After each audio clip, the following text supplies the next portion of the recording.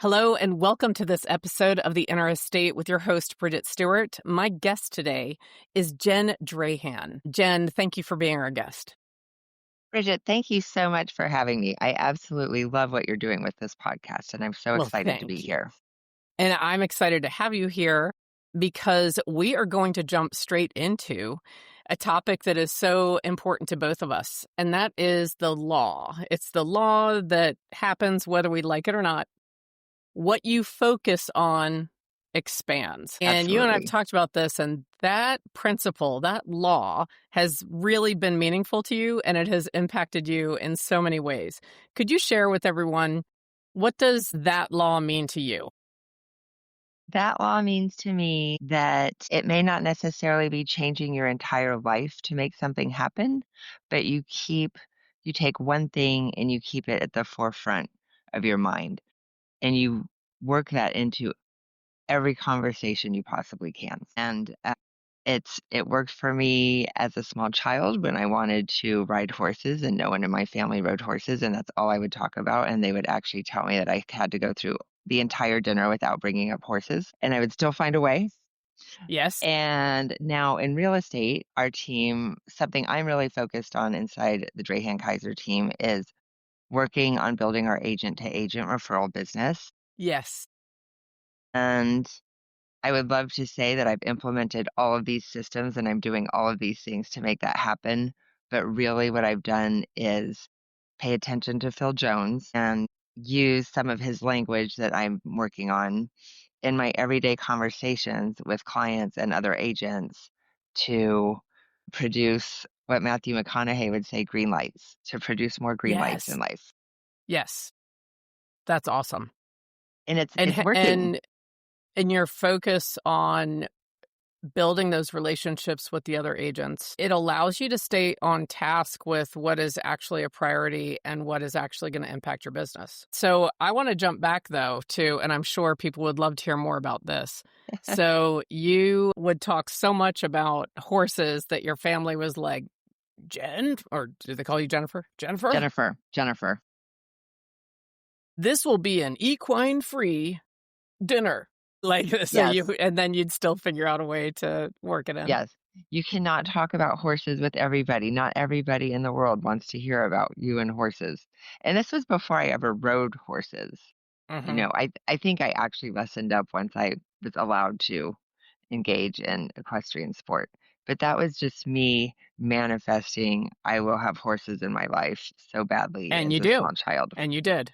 And I do. And it's a It worked. lifetime What was relationship. that tipping point with, I'm guessing, your parents? What was the tipping point where they finally realized that that wasn't a passing fancy, that this was serious? And what was that first step that they did with you where you connected with a real horse? There were little moments here and there, Girl Scouts, some kind Mm-hmm. of school trip. My dad made a deal with me. I think I was probably about 5 years old, that if I saved up my money and bought a horse, he would pay to keep it. So, yeah. So I started saving all of my allowance money, Christmas money, birthday money. I think I had close to $500 saved by the time I was 10. And he finally, after he had been golfing one day, asked me if I wanted horseback riding lessons. So of course I was like, Great. yes, yes, yes. And I got 2 per month. I got one every other Saturday. Mm-hmm. And it just all mushroomed from there. Can you give everyone just a brief overview, like what occurred and what you've done with horses since then and are still doing, especially in real estate with horse properties? Yes. So my first trainer was a lady I love to this day. I'm so grateful for her. And it was a rundown riding facility in the middle of the desert, flanked on both sides by junkyards where cars go to die and be scrapped for parts. And I went from 2 lessons per month to having my first horse to being asked to ride other people's horses to being on the equestrian team at Texas A&M to becoming a professional before I graduated with a full-blown business and traveling to all of the statewide Texas shows and to going on just competing at the top levels of the hunter jumper world, Mhm. traveling the world to look for horses to buy for clients. I recently had an opportunity to support a friend of mine competing in a very big, prestigious hunter horse challenge in the Netherlands, and it changed my life. Horses have shaped my life and my world. Right. And so in 2012, I was in between having my own business. I had had a private riding job for a family, which means I only rode their horses and worked Right. exclusively for them. And I was at a crossroads deciding what my next step would be. And I already had my real estate license because that's something I've always been very interested in. So I decided to activate it and join Keller Williams. And I sent letters and emails out to everyone I could think of, Hmm. updating them about my life change. Kind of like when you get those Christmas or New Year's letters from your friends who Yes. have families now, and it's like their whole Yes. annual update. I sent one of those in August and just completely changed. And I leveraged my horse connections because so many people come to Wellington, Florida in the winter for the disciplines of show jumping, dressage, and polo. Show Hmm. jumping is really my main wheelhouse. And I leaned into all of those contacts and asked if I could help them with their rentals because I felt like rentals would be a really easy way to, how naive, rentals will be an easy way, so Anyone easy and who's labor listening that's free. in real estate right now is chuckling or shaking their head. People in other industries are like, yeah, that sounds like it's a great idea. Hey, it's so logical to someone Yes. not doing it. Yes. Yes. But it is a much lower price point, obviously. Hmm. And with the rentals, it's a quick commission check. So they like a responsible broker who's signing you up as a new agent will tell you that you need to have 6 months to a year of savings to support Yes. yourself as you start. And my broker did tell me that. And I was very fortunate that I was getting checks within 3 months of starting because I Good. went right into the I rentals. do think I mean, we're all kidding aside, it was a really strategic move and a strong move, especially for your market. So yes, it was good. Yeah. So Yeah. that's the kind of how the horse story brought me to where I am now. Where you are today. So and the thing that strikes me, you and I have one similarity. I also annoyed my family when I was young. I annoyed them by wanting to play realtor, and I was the Mm. fourth out of five kids, so there were a lot of people in the house, but I would want to show them the house and walk them around, and my mother had given me like an old purse that, I was using as like my briefcase, and it did reach the point where my family too was, no, we're not playing real estate. And no, I don't want to play Clue or Monopoly or Scrabble. Monopoly. Right. Yeah, I That's how I tormented my family. Siblings, feel free to drop in the comments and verify that all of that is true. But I want to jump now to this what you focus on expands, and how I mentioned at the beginning that that is a law similar to the law of gravity, where it is at work, whether you believe in it or not. It is at work in your life, whether you feel it or not, whether you think it is nonsense or not. And why I bring that up, that specifically, is it could be working in negative ways. If you focus on what you don't want, guess what you usually get more of, yes, more right? of what you don't want. So, Yep. and you may not have this, you might not, have this top of mind. Can you think of a time where you caught yourself, where you were like, oh, wait a minute, I keep focusing and speaking about things I don't want, and it keeps occurring? Have you ever seen it where it's working in a negative manner for you? Definitely. Definitely. And personally and professionally. Personally, having some challenges with a friend and things that you don't want to happen keep happening and you keep having conversations about it and it gets worse. And I think we've all experienced that, whether it's, Yes. breaking up with a boyfriend in junior high or high school, the way that can go south, or maybe it's a teacher that you really don't like and you keep focusing on Mm, all the things you don't like about them instead yes. of just try to get into the subject matter or um yeah, I mean, I've had that in multiple parts of my life. Being part of a team at a barn and maybe you don't agree with how the other people in the barn are doing things, but it's not Right. really your place to change it and it's all you can think Right. about, you know. Yes. And then that focus, like you said, it takes over and it turns into almost all you can see. Yeah, And it will create a shadow over top of things that are good, especially in that relationship realm. I've found that it also happens very often with self-criticism. mm, So, I have some things that I'm working on resolving right now, which I call them long-term loose ends. So a couple of them are like tax things from during COVID. And instead of focusing on the next step of resolution, I focus on, I don't want to do that. It's going to take too long. I didn't understand section 13A, and I found myself dragging it out. And I realized, wait a minute, you're focusing on the process and that you're not capable and it's hard and it'll take too long. And guess what? Dragged it out longer. Had to make another payment to the attorney that's helping me with it, right? yes, And I stopped myself. And it's funny, it was one of those in the shower moments, which I'm sure all of us get those, right? I was in the shower and I was like, oh my God, I need to switch my focus to this is easy. I can do this and it's going to be resolved quickly. And I'm happy to report I started saying that every day. I put it in my calendar. I put it in my favorite color, and I started focusing on resolution, right? And the resistance, is it 100% gone? No. Am I still annoyed? Yes. However, I'm in action and it's getting resolved, right? So that's one of the places where I feel like all of us think about, is that showing up in your life? Do you say something repetitive about yourself that's negative? definitely. You're putting focus on, Of course. but I love when people answer something that rhetorical. The you're putting focus on that. I'll give you one other example. I can't lose weight. I'm fat. I can't. What if you keep thinking that? Guess what? You can't. You're right. Yeah, Henry Ford would say, "Well, the vote's unanimous."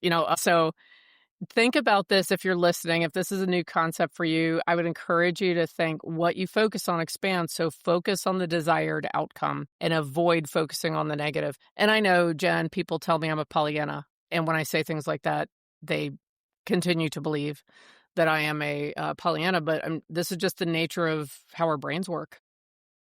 I know. I know. I'm writing myself a little note because I love that you call the long-term loose ends Yeah. and definitely focusing on the desired outcome and not the negative. And it's easier said than done. And I've absolutely felt energy shifts when I've been able to Yes. turn my own Yeah. brain. Yeah. So I know it's real. It's not this, what do we say, like, airy fairy woo woo. Right.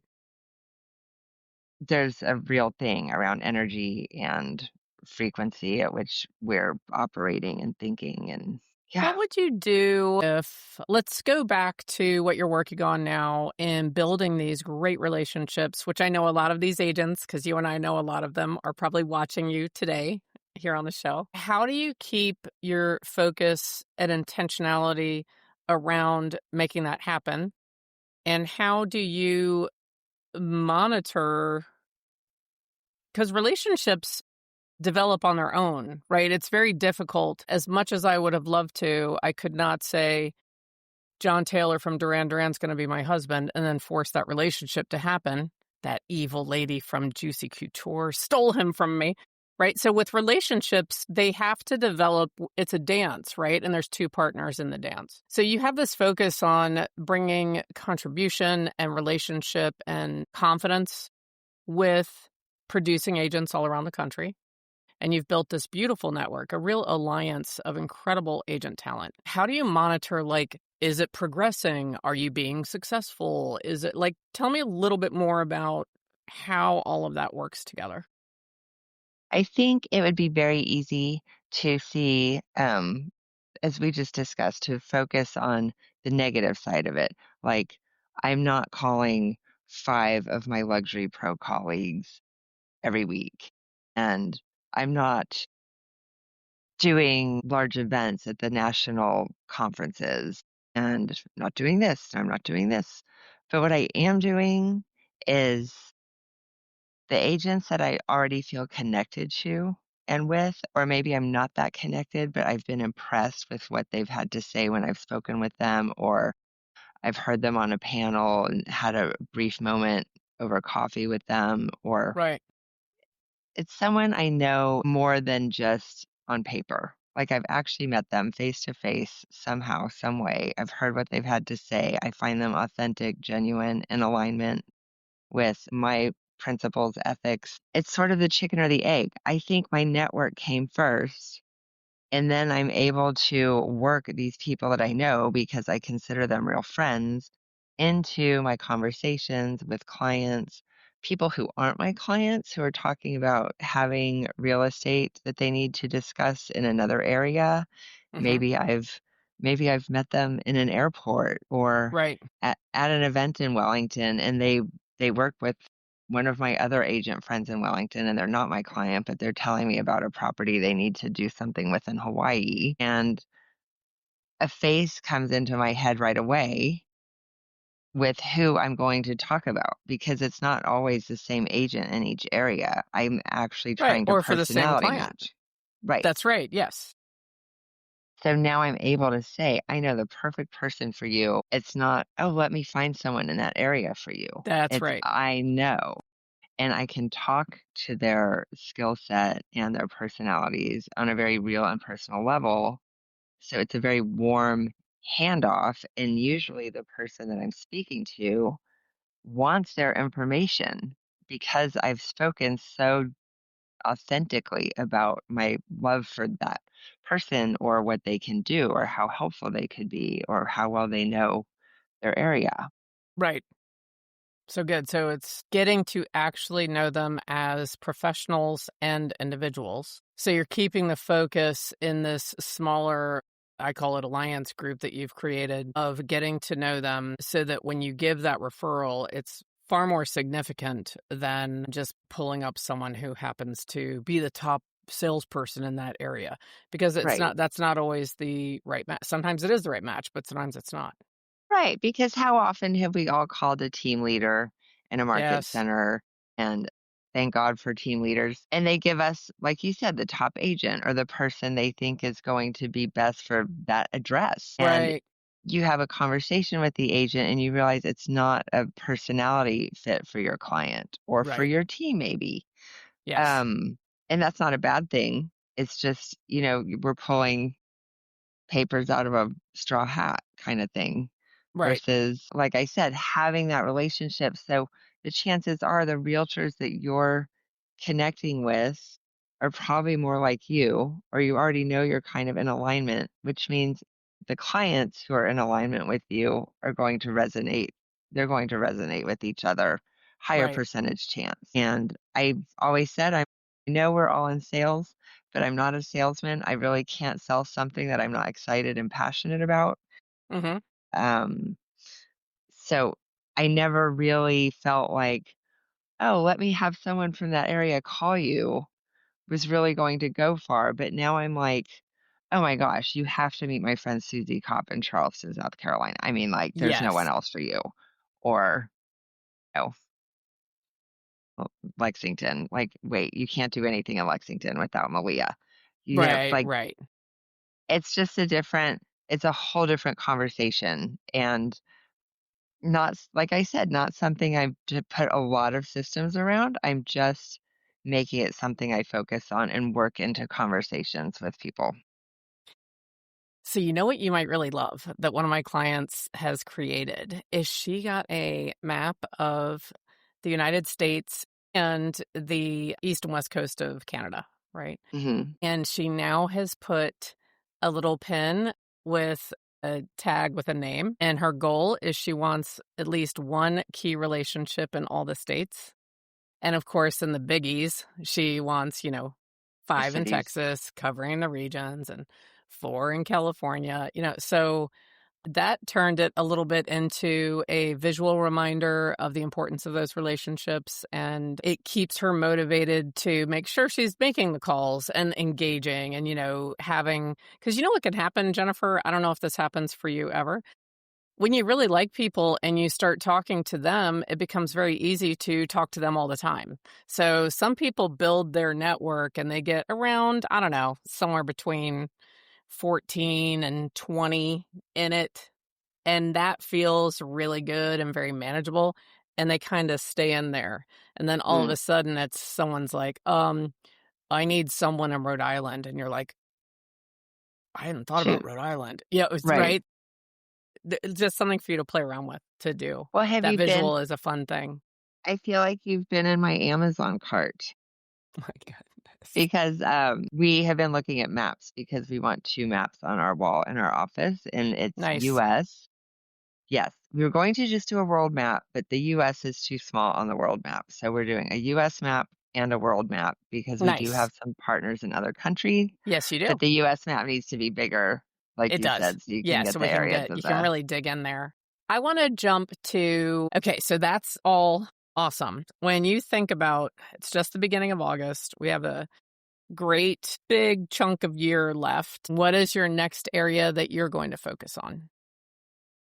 Have you thought of, and I personal or work, I have no limitations on you. What do you plan on focusing on in the rest of 2025 because you want it to expand in your life? I'm going to continue working on my agent referral network and do more of the things that I just said I wasn't doing. Like systematically add the 5 calls per week to my referral partners, working on a potential event for a luxury symposium. Yes, yes. Yes. And then I would like to do the Luxury Pro Speaker Series in November, which is in the Woodlands, Texas. We have a Mm-hmm, lot of our business is Texas. I'm originally mm-hmm. from Texas. I We have some very great partners in Texas. And there is a horse show that a bunch of my equestrian friends will be competing in Katy at that same time. Nice. And it's right before Thanksgiving, so then I can pop over to El Paso and see my parents. Excellent.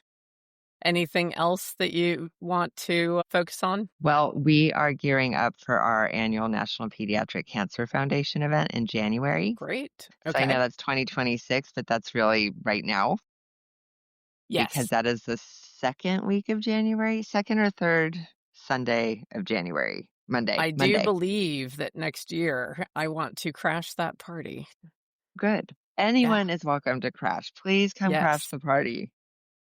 Absolutely. So, And you know what? yeah, I will put contact information about that event. What a great cause. And it's such a great event. I was sorry to miss it this past year, but I'll put all that information in the description as well. So anyone who's interested in an amazing National Pediatric Cancer Foundation gala and, fundraiser, big fundraiser, you can reach out. Good. I So you're would going to love start that. working on that. Yeah.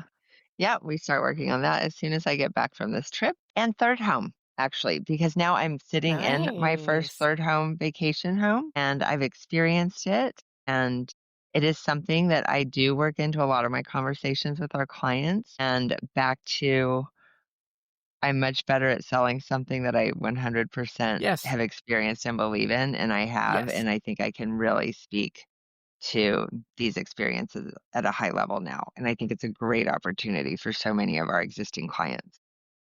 Excellent. All right. So this is, you've got a lot lined up. A lot lined up.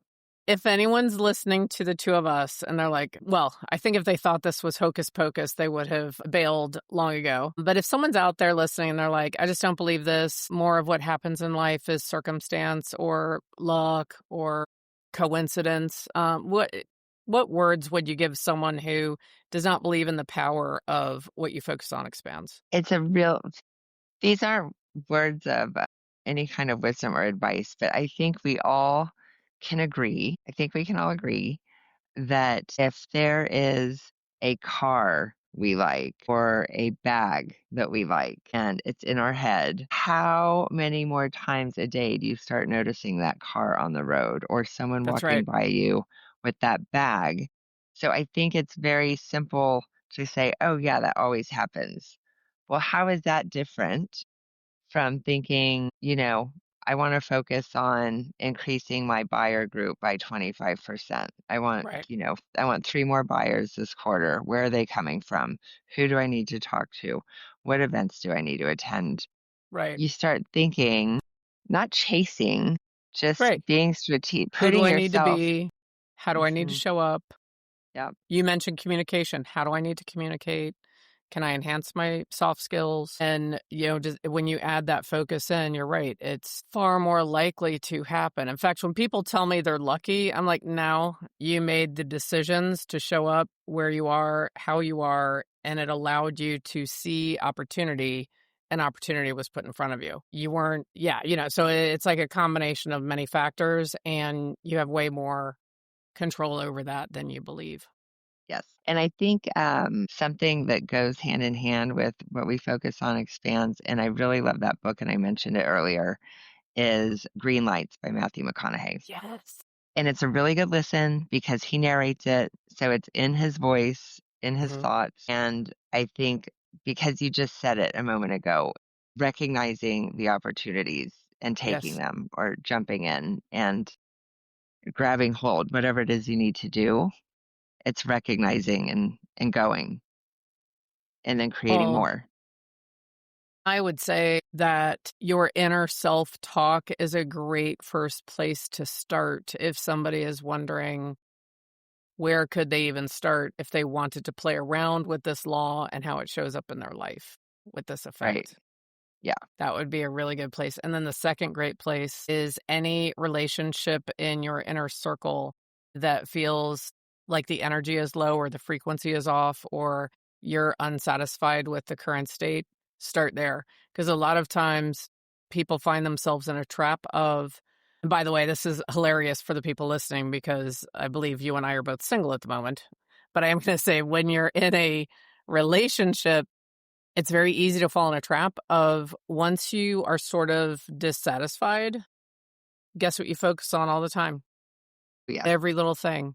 Yes. Every little thing that's wrong to because your subconscious is trying to justify your theory that the other person is wrongdoing or bad or not good enough or not what I thought or whatever the thought is. So I do Mhm. think those are two places where people could start literally today.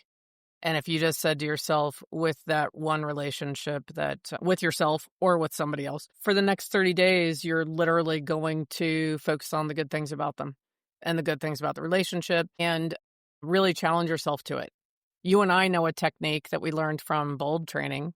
If you put on a silicone bracelet, Mhm. you can either snap it on your wrist every time you do what you're trying to break or swap wrists, so you have a Mm. physical action Mhm. and then stop yourself. I think that's a great place to play around with this law, and I it can like lead that. to surprising results and or clarity.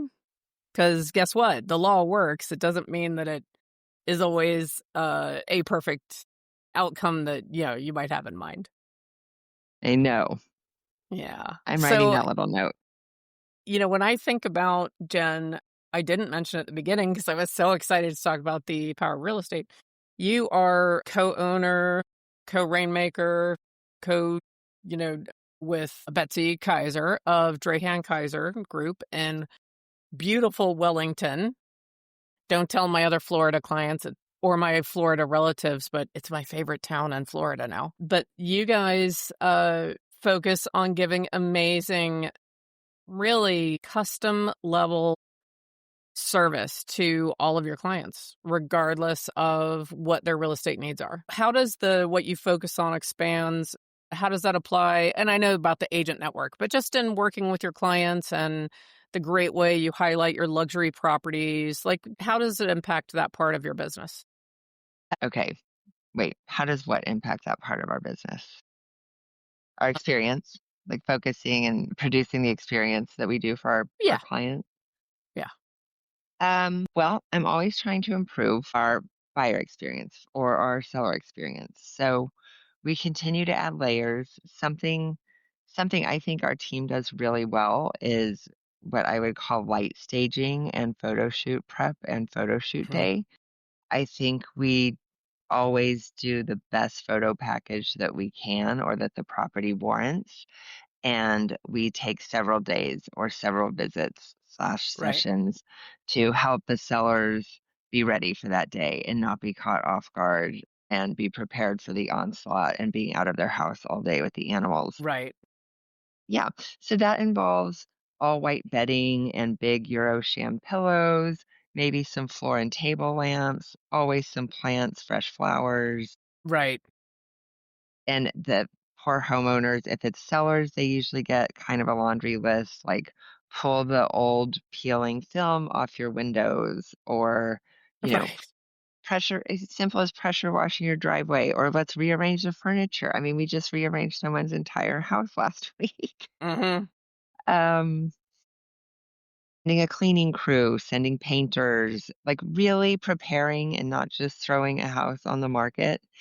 And it's really hard to do because usually, and this is I'm still learning, always learning. So many times, it seems the majority of the time when sellers call you, they really needed to have called you like 60 days prior. And Correct. they're calling you now and they want to be on the Yes. market that weekend. Yes. And I mean, maybe they're not hoarders, but they're empty nesters and all their school age kids stuff is still in their bedrooms and closets and the house is full to the gills and there's a laundry list of things that need to be done before you get photos. So something we struggle with in our team is, do you put that on as coming soon with just an exterior photo? Or do you not let anyone know about it until it's absolutely ready? Because our experience is when you do the coming soon and it's not ready, someone always wants to see it. And Yep. they never end up buying it because No. it's not ready to see. And they don't buy it. That never works. Am I allowed to vote? Yeah. Can I give a vote? What's my 27 years real estate experience? Don't do the coming soon. In today's market, right? So not to get too like real estate heavy, but in the peak madness that was the COVID market, heck yes. I don't care if it was a hoarder house coming soon. You want to see it today? Great. You get in today's market, in the vast majority of markets in the country, I would recommend that you wait until it is Hmm. showtime. And Yeah. that coming soon, you still do, by the way, in markets where people do coming soons, I'd still do a coming soon to build up some of the anticipation and the feeling that the buyers would give like, ooh, I'm getting in early. Like you want that Right. premiere, you want the premiere effect. And Hmm. then I would also caution against preemptive offers. If you take a preemptive offer before it hits real live market, it dang well better be mind boggling Hmm. the offer. Otherwise, I think, be judicious about that and then get on the market. But I Yes. think the days of, yeah, we'll put it on coming soon while you get it together, I No. think it's a disservice. Yeah. So that's kind of where we're at. So being a strong enough person, agent, professional to tell a seller, communicator, guide, consultant to let the seller know, the seller that wants to get on the market, like right now, can't we just take a few photos and do the rest later? Right. To really stand your ground in a professional way and be able Yes. to take them through the journey of why that's not in their best interest. A great analogy I love to use for that is, and this did happen when I lived in Maryland. Solomon's Island, Maryland, has a huge 4th of July celebration right on the river. So we're all there, just, tens of thousands of people all over the banks of both sides. And they start the fireworks show. And guess what? Dud, dud, dud. Then an announcement over the PA, like, technical difficulties. We need a few minutes. Then they're playing some patriotic music over the speakers and duds. And guess what? I don't remember a thing about the firework show itself. I remember that, right? So if you go coming soon Hmm. and your house has the potential to be a firework and you put it out when it's a dud, Hmm. guess what people are going to remember? the dud. They're not going to remember the later. Agree. Agree. Yeah. Totally agree. Well, And then no, keep going. just on the buyer side, things that we do to try to elevate that experience. We're in a secondary, tertiary home market. A lot of our clients don't live there full time. That means when we're working with buyers, a lot of times they're flying in or we're doing FaceTime showings. Right. If they're flying in, I have my car stocked with a Yeti cooler with snacks and both kinds of water, flat and sparkling, and, healthy things, nuts, oranges, just so that so that they're not saying, "Can we stop somewhere so I can get some water?" Right. Because Yes. if someone's flying in, there's a good chance we're in the car for 4 hours straight. Yes. I mean, that's Yeah, when real. they want to get to town and select. Yes. And then, on the FaceTime things, thinking ahead, not waiting until you get to a property and realizing you don't have phone service, make sure you prearrange to get on a seller's Wi-Fi, get there a little bit early, make sure your stuff is working. They're Right. probably stepping out of a meeting to do a FaceTime call with you for 8 minutes. Right, right. So just making So, sure that everything is situated. mhm, Yeah. I think an area that I'm going to focus on the remainder of this year is really focusing on how do I show up as a leader? And um I don't even know where I'm taking it yet. I actually started thinking about this when I was preparing for our meeting. And I was thinking, well, what do I want to focus in on and what do I want to see expand in the remainder of this year? And that's something that I decided I'm going to focus on. So I plan on legal pad, Dave Brubeck on, cup of coffee, and just start brainstorming, ask that question. Who am I showing up as a leader? And then free write about that as a place to start to even mhm, know where to expand my focus. mhm. There's one particular referral agent who is not a Keller Williams agent. This is an agent I work with. They're a Palm Beach Island specialist, Yes. and the Drahan-Keiser team specializes in Wellington and West Palm Beach. There are 3 bridges from West Palm Beach that take you to the island of Palm Beach, and the island has their own realtors board, MLS. It's a very Right. specific niche. We love our referral partner on the island, and one of the things I am working on is to get her out to Wellington. I met her through one of my best friends, and she are good friends. So I would like to strengthen that relationship a little bit because we have direct business all the time going back and forth between Right. Wellington and Palm Beach. And I think if I could help her focus on that a little bit, it would grow both our businesses. That's great. Well, good. This has been fantastic. I know that you and I could talk about this at length, and we can wrap up here. And I want to thank you so much for being our guest. Again, all your contact information is in the description. Drahan-Keiser and Jen Drahan in beautiful West Palm Beach and Wellington. Thank you so much for being our guest today. I hope you'll come back again. Can you come Absolutely. I back in would the love it. fall? I would love All to. right. Well, thank you so Okay. much. And thank you all. I hope you'll come to the next episode of The Inner Estate. Have a great day. Thank you.